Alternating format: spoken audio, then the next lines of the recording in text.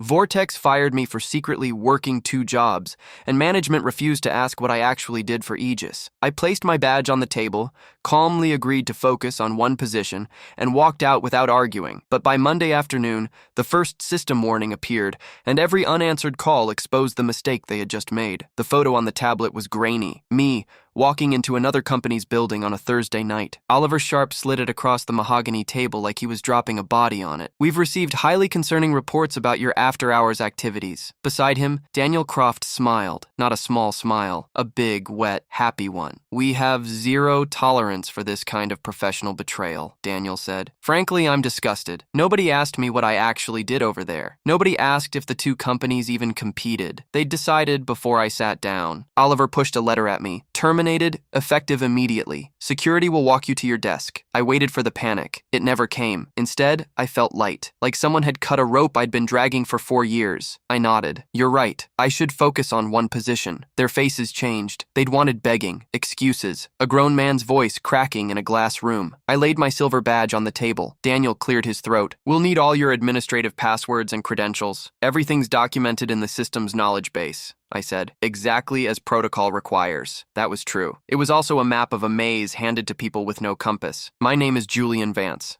I'm 56. For 4 years, I was the only network security architect at Vortex Technologies, not one of the team. The team. They hired me to build a division. Then they cut my analyst one by one and froze the openings. "Temporary," Keith Bradley promised, hand on my shoulder.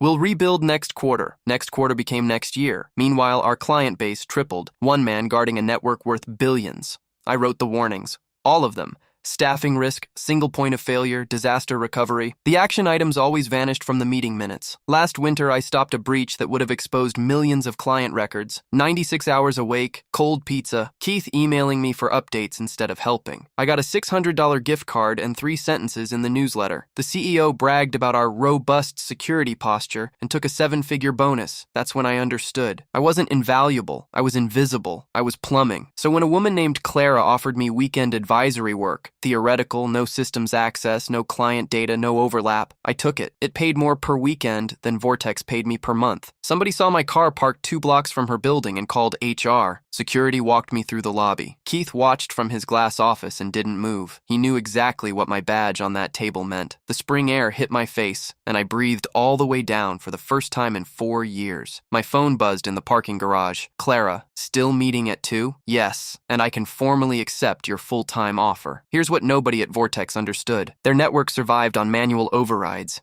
Every week, done by hand, done by me. They fired me on Friday, during end-of-quarter processing. Monday, 4:52 p.m., Keith left a voicemail about unusual latency. I deleted it. Tuesday, the credential refresh choked. 3 missed calls. Then Evelyn Drake from the executive floor, saying the board had authorized emergency terms for my return. I sent 7 words back. "I'm focusing on one position now, per HR. Tuesday night, Keith. Critical failure imminent. Name your hourly rate." I closed my laptop and slept through the night. No pager, no alarms, silence. Wednesday afternoon, the transaction layer collapsed. 22 hours dark. Millions of customers locked out of their own accounts. The stock fell almost 50% before the bell finished ringing. 24 missed calls. Then the chairman himself offering me anything. So I told him my rate. $75,000 an hour, 6-hour minimum, paid in advance, plus a signed public statement admitting they ignored every warning I ever sent. He agreed to all of it in 9 seconds, but I hadn't given him my last condition yet. That one had Daniel Croft's name on it. Marcus Hale didn't ask what it was. That should have told me something. "Whatever you need, Mr. Vance," he said. His voice had the particular flatness of a man reading his own eulogy in advance. "The wire is already initiated. Confirmation in 10 minutes. I need an independent forensic firm on site before I touch a single line of code," I said. "Not your internal IT. Not anyone who reports to Keith Bradley. A third party, retained by your cyber insurer,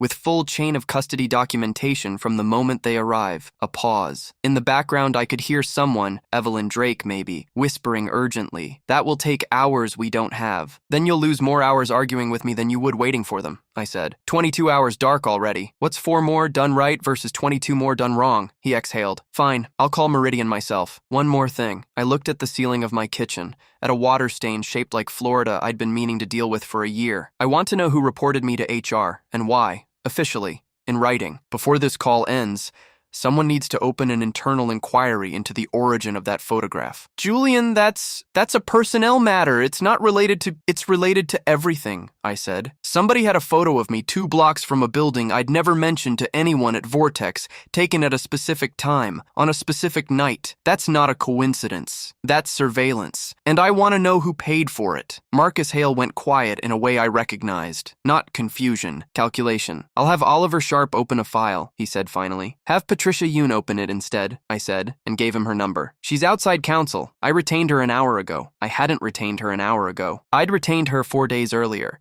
the same afternoon I laid my badge on that mahogany table, because 28 years in this industry teaches you that the moment someone hands you a termination letter in a glass room with 2 witnesses, you go home and you call a lawyer before you call your mother. Daniel Croft and I had never liked each other, and for the first 2 years I told myself it didn't matter, because dislike is not a crime and I had a network to run. He'd come up through sales before someone decided he had executive potential and moved him into information governance, a title that meant he sat in meetings about my work without ever having configured a firewall in his life. He wore suits that cost more than my first car, and he had a habit in every meeting of finding a way to mention the business school he'd attended, as if the rest of us might have forgotten in the 4 minutes since he'd last said it. 6 weeks before I was fired, Vortex posted an internal rec for a new title, Head of Security Architecture. A real position, a real team under it. Everything I'd been begging for since year 1, finally on paper. Finally budgeted. I applied on a Tuesday morning at 8:03 a.m. I have the email timestamp because Patricia Yoon asked for it in our first phone call,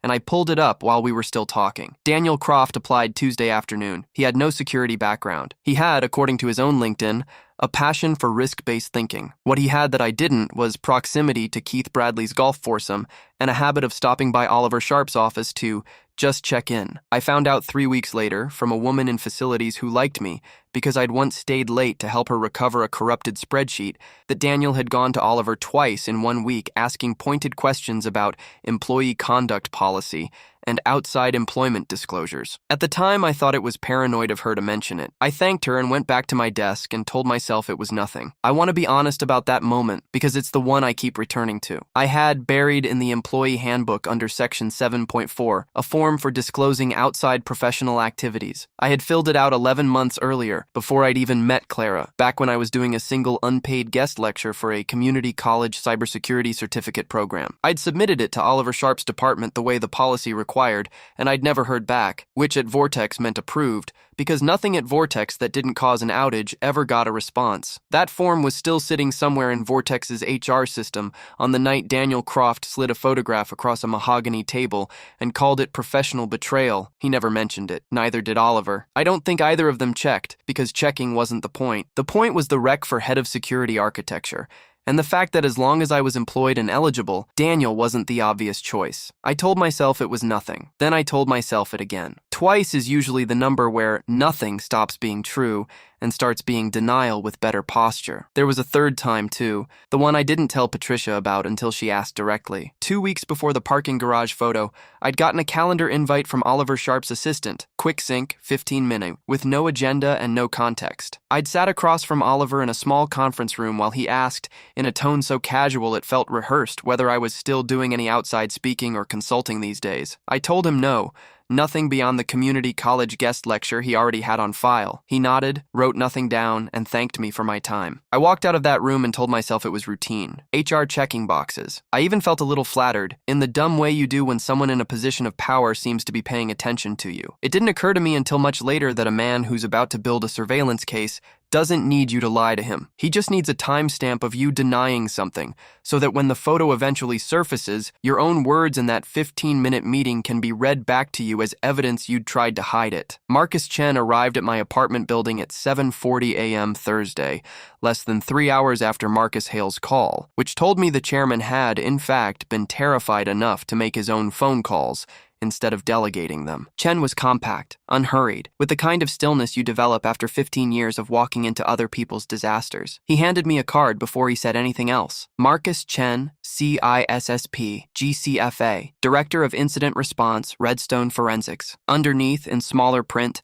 the retainer relationship, engaged by Meridian Assurance, Vortex's cyber liability carrier, per policy section 4B, incident response coverage. Before we start, he said, setting a hard-shell case on my kitchen table, I need you to understand something. I don't work for Vortex. I don't work for you. I work for the facts, and the facts get reported to the carrier and, per the engagement letter, to Vortex's board audit committee simultaneously. No filtering. Are we clear? We're clear, I said. That's the only reason I let you in the door before I let anyone at Vortex back into a system. He photographed my laptop's serial number, logged the exact time, 7:52 a.m., and had me sign a chain of custody form before I typed a single command. He photographed my laptop's serial number, logged the exact time, 7:52 a.m., and had me sign a chain of custody form before I typed a single command. Every keystroke after that, he told me, would be logged on a write-once drive he was providing, independent of anything Vortex controlled. If I fixed their network, there would be a permanent, tamper-evident record of exactly what I touched and when, so that 4 months from now, nobody could claim I'd planted anything, broken anything, or taken anything I shouldn't have. It was the first time in 4 years anyone had protected me instead of asking me to protect them. We worked through the morning restoring failover nodes, while Chen ran his own parallel investigation into the badge and calendar systems. Routine incident response scope, he said, since any breach investigation starts by mapping who had access to what and when. At 11:14 a.m., he turned his laptop toward me. Recognize this service account? He asked. SVC FACONF Temp 47. Created 6 weeks ago. Scope to read access on badge logs, conference room calendars, and vehicle registration records tied to the parking garage system. I stared at it. 6 weeks ago was the week Daniel Croft's head of security architecture rec went live. That's not a system account I ever provisioned, I said. My voice came out steadier than my hands felt. And nobody red scopes a service account to parking garage records for a facilities conference booking tool. There's no reason for that combination to exist. There's exactly one reason, Chen said. Somebody wanted to know where a specific car was parked, on which nights, without leaving a request that would need approval from you. I told myself, for about 4 seconds, that it could have been anyone.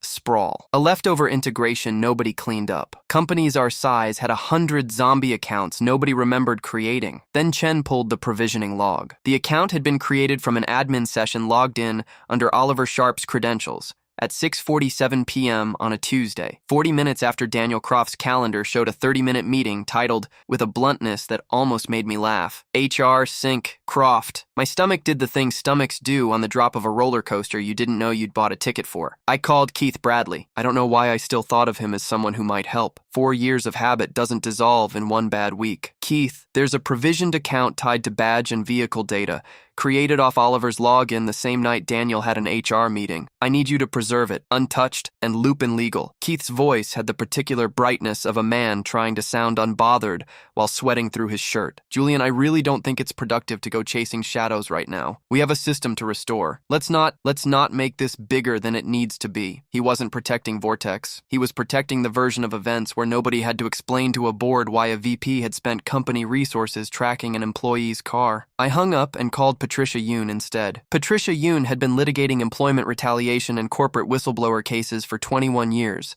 the last 9 as a partner at Whitman & Cole. She had a voice like a closing argument even on the phone at lunchtime, eating what sounded like a sandwich between sentences. Send me everything Chen sends you the moment he sends it, she said. And Julian, this is important.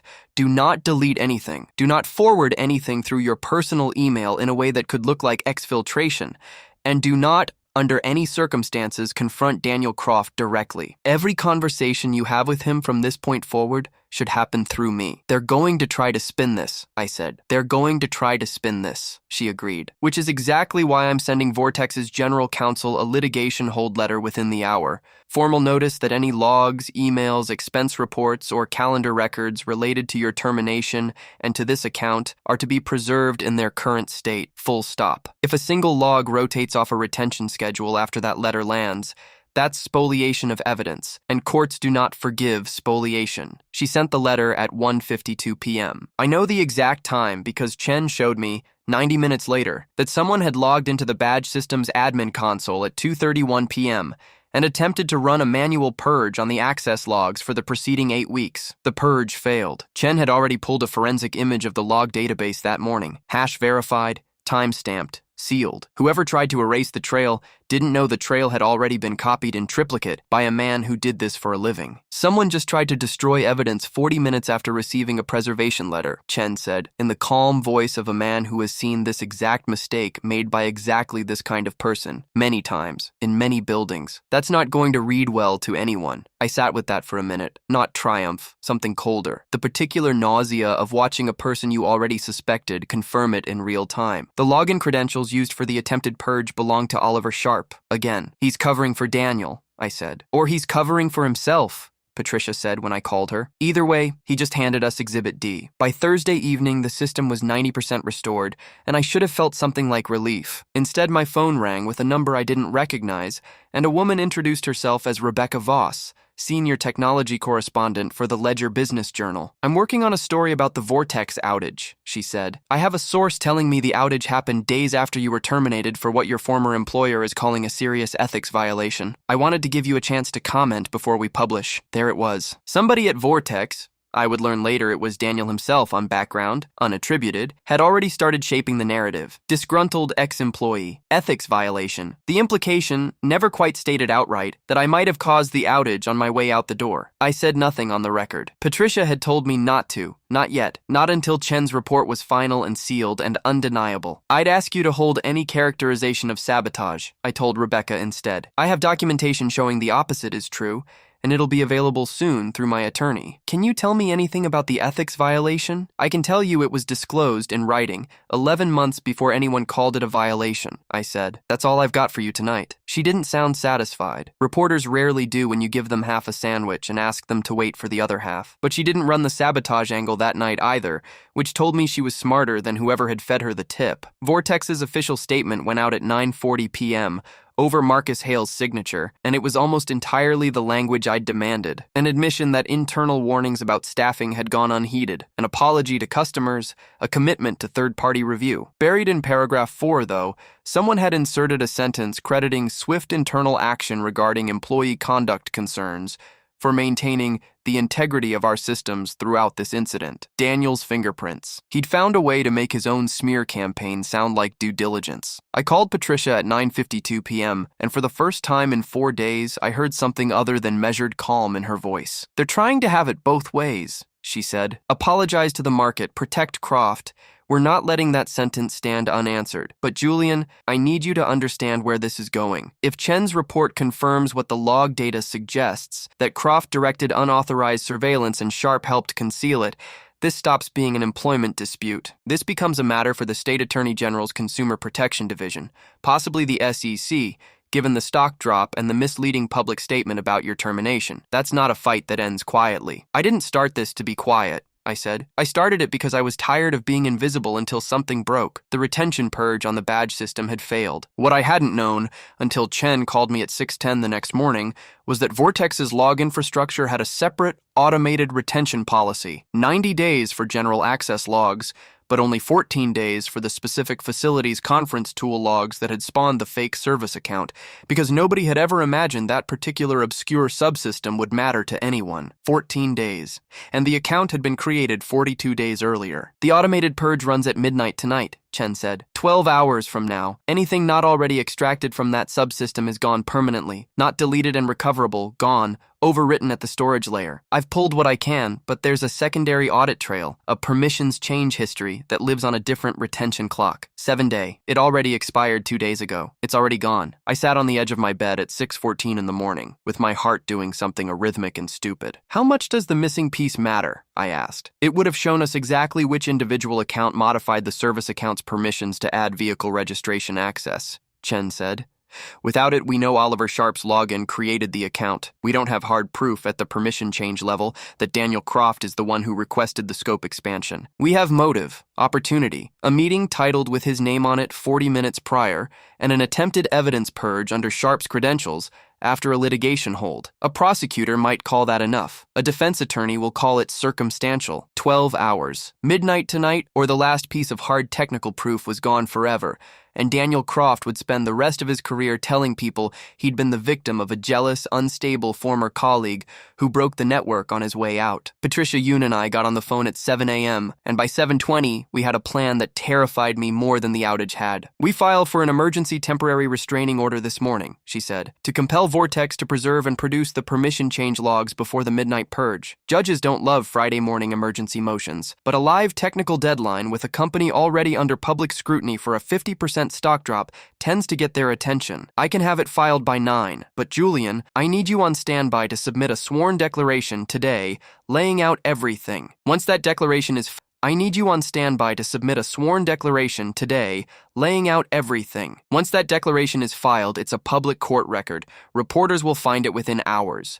There is no version of this where it stays contained after that. And if I don't file it, then the surveillance evidence dies at midnight. Croft keeps his job, and the only story anyone tells is the one Vortex already put out. That you're a disgruntled ex-employee who happened to fix the thing you maybe helped break. I thought about the water stain shaped like Florida on my kitchen ceiling. I thought about 96 hours awake with cold pizza and a $600 gift card. I thought about Daniel Croft's wet, happy smile across a mahogany table. File it, I said. My hands weren't steady when I signed the declaration. Patricia's associate had printed it on heavy paper, the kind law firms use to make even bad news feel formal, and I remember staring at the signature line for a full 10 seconds before I could make my pen do what I wanted. 28 paragraphs laid out in the flat, careful language lawyers use to strip emotion out of a story so a judge can see the shape of it. Badge logs, timestamps, the service account, the 14-day retention clock ticking down somewhere in a server room I'd never see again. Reading my own life back to me in numbered paragraphs was worse than living it. Living it, at least, you don't have to see it laid out end to end. "Once this is filed," Patricia said, watching me sign, "there's no version of you that goes back to being the guy nobody noticed. You understand that?" I did. I signed it anyway. The hearing was set for 4 p.m. I spent the day in Patricia's downtown office,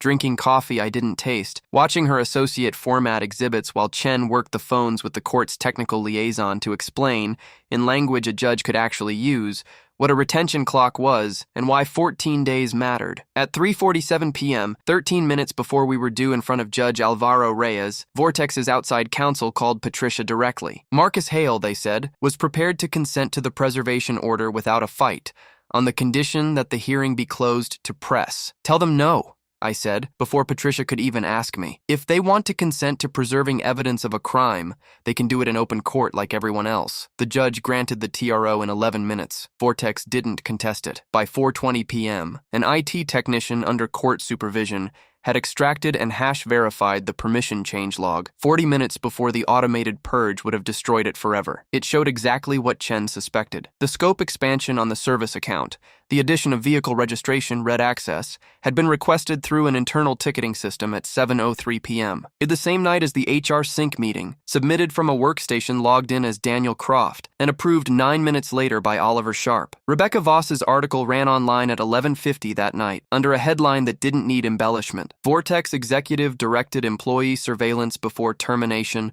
court records show. By the next afternoon, it had been picked up by 4 national outlets, and by Monday, it wasn't a tech story anymore. It was a business story, then a legal story, then, once someone at the SEC's Division of Enforcement noticed the timing between a misleading public statement and a 50% stock drop, a security story. Marcus Hale placed Daniel Croft on administrative leave Monday morning, then terminated him for cause 11 days later, once the Internal Audit Committee's report, built substantially on Chen's forensic findings, confirmed that Croft had authorized an outside firm, Silverline Investigations, to surveil me and had used a corporate expense card to pay for it. The invoice, submitted through the company's Concur system and coded absurdly under Business Development Client Relations, became Exhibit 14 in the eventual civil suit. Someone in accounting had approved it without reading past the dollar amount. Oliver Sharp wasn't fired. He was demoted out of any role with access to personnel systems, required to complete a formal ethics retraining program, and named alongside Croft in the state attorney general's inquiry into whether the surveillance had violated the state's private investigator licensing and stalking statutes. Silverline's owner lost his license within the year. Keith Bradley kept his job technically, though Vice President of Infrastructure reporting structure under review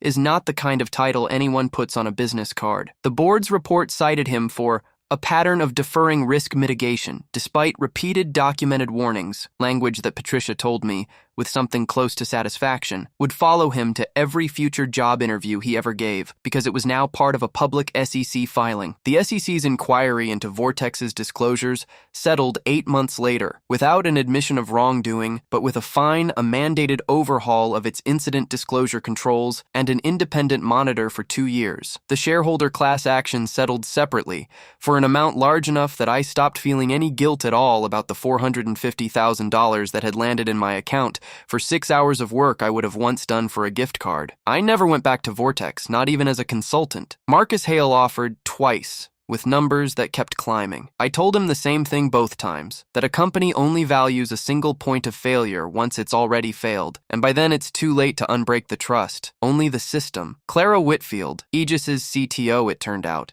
not just an advisor with a vague title, made me an offer the week the TRO hearing became public, before any of the rest of it had resolved. Head of threat architecture, a real team, a written staffing plan with headcount protected in the budget, not the meeting minutes. I signed it on a Tuesday morning. No glass room, no witnesses, just Clara and me, and a contract that used the word redundancy, the way it's supposed to be used, as a safeguard. Not a threat. It's been 11 months. Vortex has a new chief information security officer, a woman named Priya Ranganathan, who called me once early on just to ask what I wished someone had told me 4 years ago. I told her, document everything and never let a company's convenience become the reason nobody built the backup plan. She asked if I'd be willing to review her staffing proposal before she presented it to the board. I said yes, mostly because I liked the idea of a Vortex staffing proposal that got read by someone who'd already lived the alternative. Keith Bradley emailed me in March, out of nowhere, a message that started with, "Hope you're doing well," and ended 3 paragraphs later, with an apology so carefully worded it had clearly been drafted with a lawyer looking over his shoulder. I didn't respond. Some debts don't get settled with an email at 11 p.m. on a Tuesday. Daniel Croft's criminal case, misuse of corporate funds, and a separate count under the stalking statute for the surveillance itself, is still working through pre-trial motions. His attorney has floated a plea. Patricia says it'll probably end in a suspended sentence and a fine, which isn't nothing,